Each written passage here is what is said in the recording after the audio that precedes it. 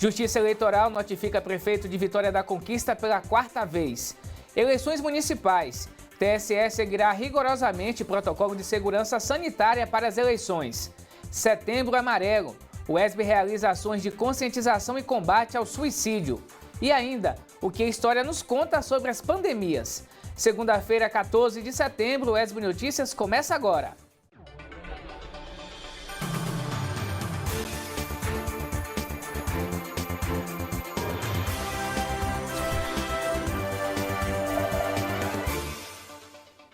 Olá, tudo bem? Seja bem-vindo ao ESB Notícias, aqui informação, formação e conhecimento. O prefeito de Vitória da Conquista, Ezen Guzmão, recebeu a 4ª notificação da Justiça Eleitoral. Em todas elas, o prefeito é acusado de utilizar instrumentos para se autopromover ou rebater críticas de adversário. 1, 2, 3, 4. Essa é a quantidade de vezes em que o prefeito de Vitória da Conquista, Ezen Guzmão, recebeu notificações da Justiça por ter praticado condutas vedadas pela legislação eleitoral. Em todas elas, o prefeito foi oficializado por utilizar instrumentos de comunicação, institucionais ou não, para se autopromover ou rebater críticas de adversários. Existe uma vedação na lei das eleições a respeito da publicidade institucional. Então, nos 3 meses anteriores às eleições, e nós já estamos dentro desse período crítico, a partir do dia 15 de agosto, nós estamos nesses 3 meses, né? A eleição vai ser realizada no dia 15 de novembro, e, portanto, nesses 3 meses anteriores ao pleito, é proibida a realização de publicidade institucional. Publicidade institucional é aquela dos atos, programas e obras do governo municipal. Então, nesse período de 3 meses anteriores ao pleito, estão proibidas ou está proibida terminantemente a realização de publicidade institucional pelos prefeitos e pelas prefeitas nos seus respectivos municípios. As decisões contra o prefeito Ezen Guzmão foram proferidas pelo juiz eleitoral Cláudio Augusto Daltro de Freitas, da 41ª Vara Eleitoral de Vitória da Conquista, após denúncias realizadas pelo Partido dos Trabalhadores. Segundo a primeira denúncia, o prefeito havia veiculado propaganda institucional em seu perfil no Facebook, através de um vídeo em que aparecia como ganhador do prefeito amigo da criança. O juiz determinou a imediata remoção do vídeo da rede social do prefeito. No mesmo dia, Ezen foi obrigado a retirar do ar postagens em que associava o seu nome a imagens de obras públicas realizadas pela prefeitura ao lado de parte do slogan do governo municipal, Já Mudou. Temos mais algumas vedações, todas previstas na legislação eleitoral. Também não se pode infringir o princípio da impessoalidade, e quando a gente fala do princípio da impessoalidade, não podem ser citados nomes, em eventual publicidade institucional, porque se for realizada alguma publicidade institucional que fira o princípio da impessoalidade, isso pode configurar abuso. As irregularidades cometidas pelo prefeito ou pela gestão municipal neste período pré-eleitoral já levaram a prefeitura a retirar o site do ar. Quem o visita agora dá de cara com um banner e um link para acessar o Diário Oficial do município. Em 22 de agosto, uma nota publicada no site da prefeitura com conteúdo em que rebatia críticas feitas pelo adversário do prefeito, deputado estadual do PT, José Raimundo Fontes, teve de ser removida por decisão judicial.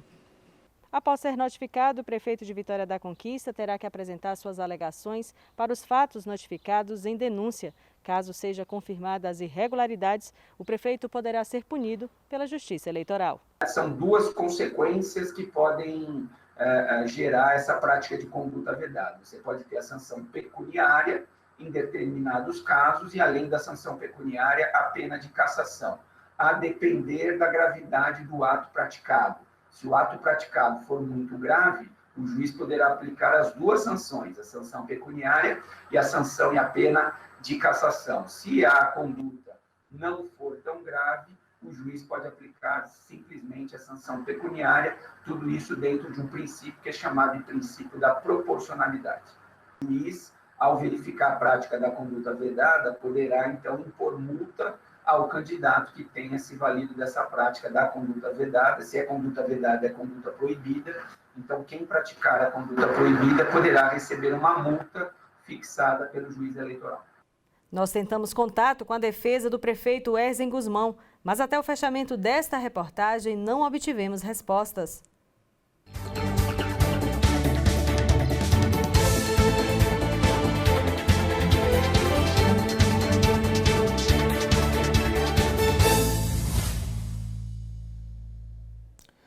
Eleições 2020. O Tribunal Superior Eleitoral se prepara para as eleições municipais. Com a pandemia, uma série de mudanças foram estabelecidas. O TSE seguirá rigorosamente protocolo de segurança sanitária para as eleições. Nos 5.568 municípios brasileiros que elegerão novos prefeitos e vereadores nas eleições municipais 2020, pré-candidatos e partidos já se movimentam em torno das datas e das principais regras que devem ser observadas. Muito antes disso, desde o ano passado, a Justiça Eleitoral já se prepara para o processo eleitoral que, especificamente nesse ano de pandemia, trouxe uma série de mudanças. Nós tivemos também, diante disso, a extensão por mais 1 hora do horário de votação. A votação ela será iniciada às 7 horas da manhã, diferentemente nos pleitos anteriores, que se iniciava às 9 a votação. Então, ela transcorrerá das 7 às 17 horas. Esse horário justamente é reservado para essas necessidades especiais. Volto a frisar, maior de 60 e aquelas pessoas que gozam de prioridades. Sobre as medidas de segurança, o TSE também estabeleceu algumas mudanças para grupos prioritários e para a utilização da biometria. É bom também aqui frisar que nós não teremos a biometria. O eleitor ele deve comparecer ao seu local de votação munido de um documento oficial com fotografia, para que ele possa ser identificado. Através do aplicativo e-Título disponibilizado pelo TSE, o eleitor pode ter informações específicas sobre o local de votação e sessão. O Tribunal Regional Eleitoral adotará rigorosamente protocolos de segurança sanitárias para que as eleições de 2020 ocorram da melhor forma possível. Sobre o cadastramento de voluntários para o trabalho no dia das eleições, o TSE intensifica as campanhas convocatórias. Todos os protocolos estão sendo adotados para a segurança das pessoas envolvidas no pleito de 2020. O que nós estamos massificando através dessas campanhas que você bem enfatizou todos os protocolos de segurança, né, serão adotados para dar a tranquilidade a quem irá trabalhar, né, e quem irá exercer o seu direito de voto. Mais um óbito e 123 casos confirmados nas últimas 72 horas em Vitória da Conquista. Vamos ver no telão os dados da Covid-19. De acordo com a Secretaria Municipal de Saúde, 28.777 casos notificados, 6.267 casos confirmados, 1.796 por laboratório, 4.471 por testes rápidos, 12.385 casos descartados, 5.434 em investigação, 419 em recuperação, 5.728 recuperados, 120 óbitos. A gente acompanha agora o índice de ocupação de leitos aqui na cidade. De acordo com a Secretaria Municipal de Saúde, são 70 leitos de UTI, 68% ocupados, 98 leitos clínicos, 43% ocupados. E não é a primeira vez que uma doença como o coronavírus se dissemina em diferentes continentes com a transmissão de pessoas para pessoa. Ao longo da história, outras pandemias provocaram grandes mudanças para a humanidade. Palavra de origem grega, representada pela junção dos elementos gregos, pan, que na nossa língua se refere a todo ou tudo, e demos, interpretado como povo. Em uma tradução literal, significa todo o povo. Uma palavra que atualmente faz parte do nosso cotidiano e nos causa a impressão de ser nova. Mas a história conta que o seu significado sempre esteve presente na trajetória da humanidade. As mais conhecidas são datadas a partir do século XIV. E qual a relação da sociedade e essas pandemias? Nós fazemos parte da natureza, nós compomos essa natureza. E as doenças, elas sempre estiveram aí, né, na natureza.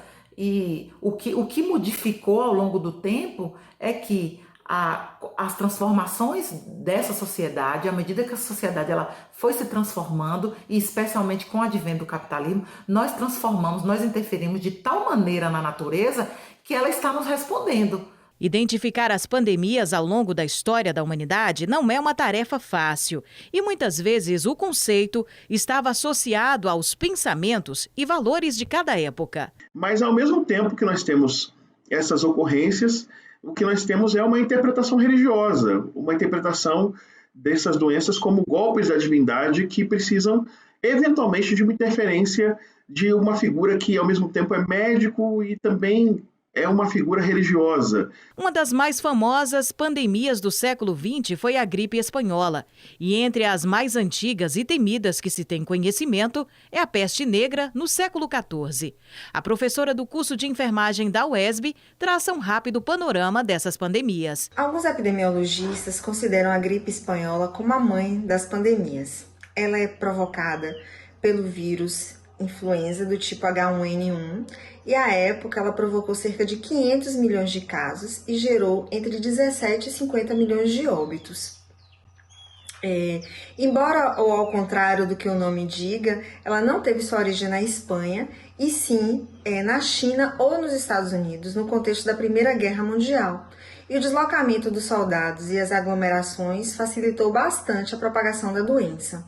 No Brasil, ela chegou em 1918 e causou cerca de 35 mil óbitos. Uma outra doença bem grave, ou uma pandemia bem grave, foi a da peste bubônica. À época, ela foi chamada de peste negra e ela é provocada pela picada da pulga do rato infectado. Só que uma pessoa já infectada, já contaminada, transmite a doença para outra através das vias aéreas, o que facilitou também bastante a contaminação e levou à morte de cerca de 1/4 da população da Europa na época. Segundo alguns especialistas, a nossa relação com o meio ambiente acabou provocando um desequilíbrio e a situação contribui para o surgimento dessas pandemias. Do nosso ponto de vista, ela é negativa porque ela está nos matando, né? Mas não é ela que está nos matando, é a nossa relação, a relação que nós estabelecemos, predatória com relação ao meio ambiente e à natureza, que fez com que ela desse essa resposta. E a gente tem que lembrar que várias doenças nós compartilhamos com outros animais. São as mesmas doenças, vários tipos de doença que nós temos e que os outros animais também têm. Então, o que está acontecendo hoje é esse retorno, né, esse desequilíbrio que nós provocamos na natureza e que agora nós estamos pagando o preço por isso. O importante é que cada um faça a sua parte e se cuide. Previsão do tempo. Os próximos dias devem ser nublados com possibilidade de chuva isolada na cidade. Veja como ficam o tempo e a temperatura para a Vitória da Conquista e região.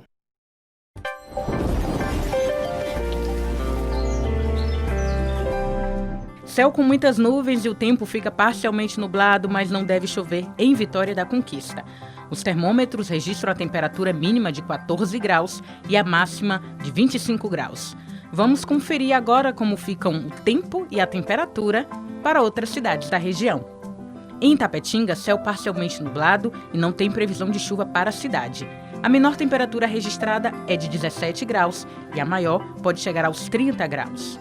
Chuvas isoladas com tempo bastante coberto de nuvens em Jequié. Os termômetros variam entre 18 e 27 graus.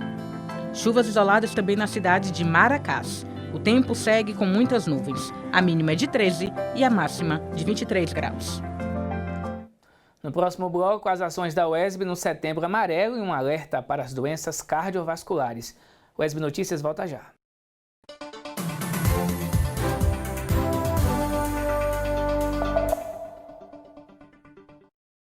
Milhões de eleitores brasileiros vão às urnas escolher prefeitos e vereadores. E fique esperto, o trabalho do eleitor vai muito além de comparecer às urnas e votar. É super importante acompanhar o que os candidatos eleitos fazem depois de tomar posse. Aquela promessa de campanha foi cumprida? Como o seu candidato está usando as verbas públicas? E os projetos que ele defendia na hora de pedir seu voto foram apresentados?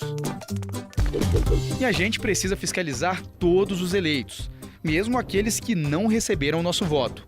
Afinal de contas, quando toma posse em um cargo eletivo, o político vira um representante da sociedade. Na era da informação, não faltam maneiras de vigiar a atividade de prefeitos e vereadores. Pela internet, por aplicativos ou até com a ajuda de organizações não governamentais. O importante é acompanhar de perto o que está sendo feito com o dinheiro público. Nossa gente, no verso e na canção, na tinta, no pincel, no lápis e no papel, no palco chão, a lente, nossa gente.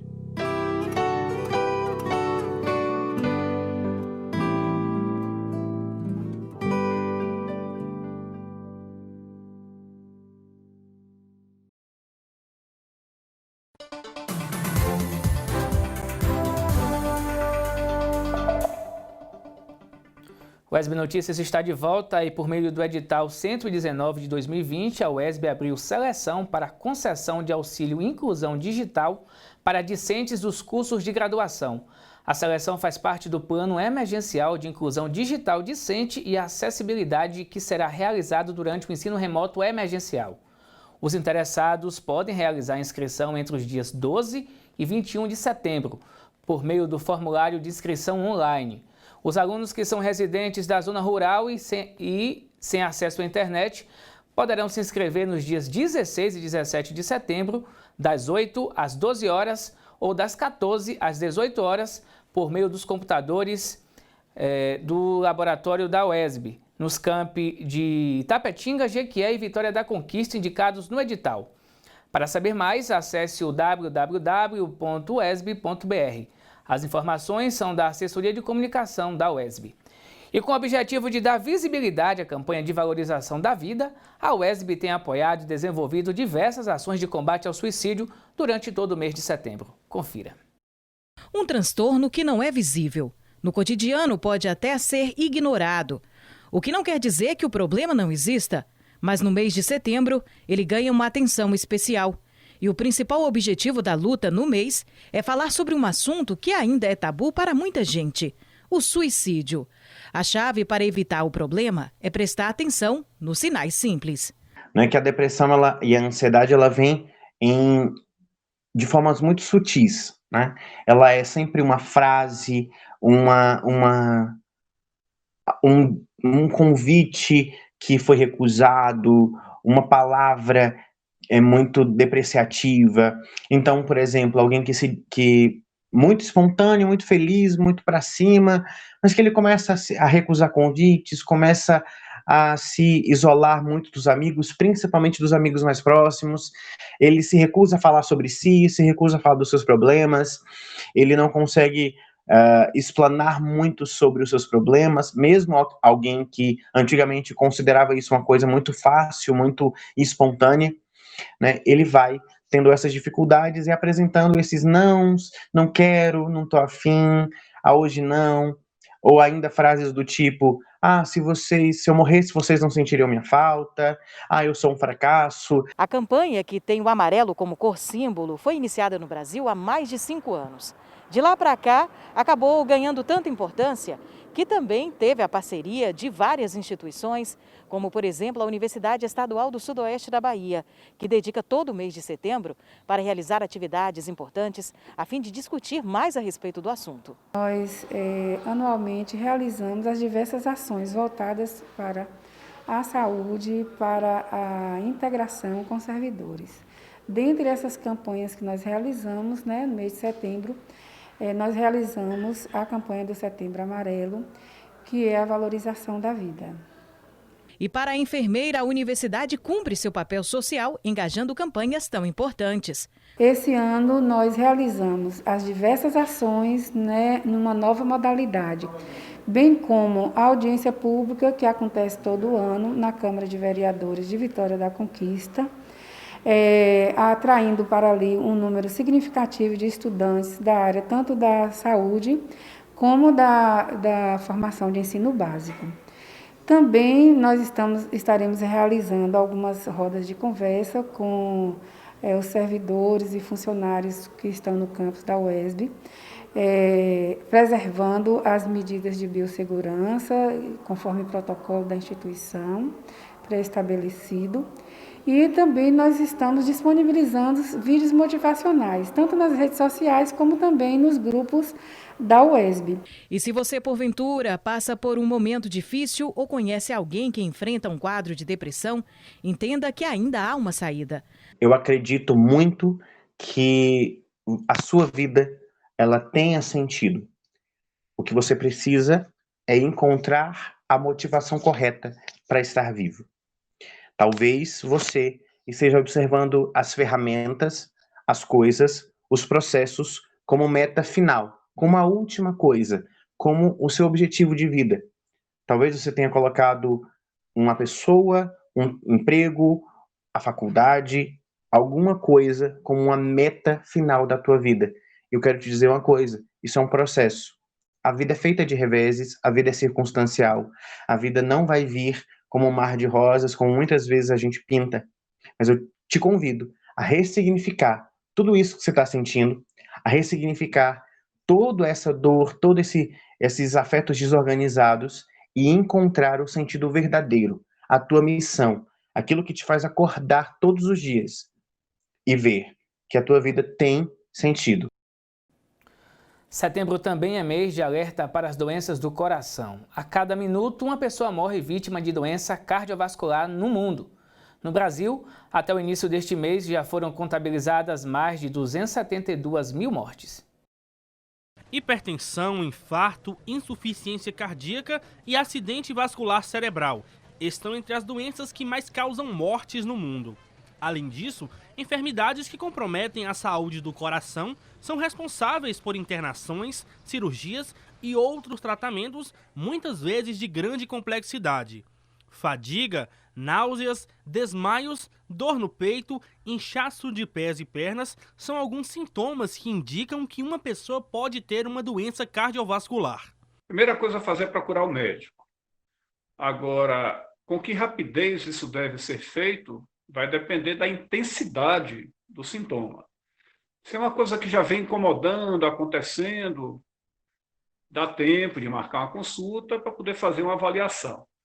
Mas se esse sintoma está ficando intenso, cada vez pior, num curto espaço de tempo, ou ele já começa muito forte, aí o melhor é procurar um pronto atendimento, um serviço de emergência, para buscar a ajuda, a investigação desse sintoma. Doenças cardiovasculares matam quase 18 milhões de pessoas no mundo a cada ano. Aqui no Brasil, até o início do mês de setembro, o cardiômetro da Sociedade Brasileira de Cardiologia contabilizava 272 mil mortes por conta de doenças cardiovasculares em 2020. Alguns fatores de risco podem levar a uma doença cardiovascular, como estresse, o colesterol LDL, diabetes, o uso de drogas e álcool, hipertensão, obesidade, tabagismo e o sedentarismo. Nós temos aí os 3 níveis de atenção, né? A atenção ou a prevenção primária, secundária ou terciária. Então, nós estamos falando aqui da chamada prevenção primária. A prevenção primária significa atuar nesses fatores de risco para evitar que surja a doença, que aí nós já estaríamos diante da prevenção secundária ou mesmo terciária. A boa notícia é que a adoção de hábitos alimentares saudáveis e práticas esportivas são fatores determinantes para a redução do risco de doenças cardíacas. A gente evita, né, a gente faz a exclusão do nosso cardápio, são os alimentos ultraprocessados. Então, esses alimentos ultraprocessados aí, a gente pode citar biscoito recheado, refrigerante, esses alimentos que têm uma adição de alguns componentes para aumentar a vida de prateleira. Então, fast food também poderia entrar nesses alimentos ultraprocessados. E o consumo desses alimentos, né, uma pesquisa recente realizada na França, indica que pessoas que têm o costume de fazer o consumo de pelo menos 3 ou 4 destes alimentos ultraprocessados na sua rotina, vem aí, né, a desencadear, vem a aumentar, digamos assim, o risco das doenças cardiovasculares. Siga seu coração, dê uma atenção especial a ele. O UESB Notícias fica por aqui. Para rever os nossos telejornais, acesse o nosso canal no YouTube. Você pode mandar a sua sugestão entrando em contato com a gente pelo nosso WhatsApp, 3424-8763. Obrigado pela companhia, ótima semana e até mais.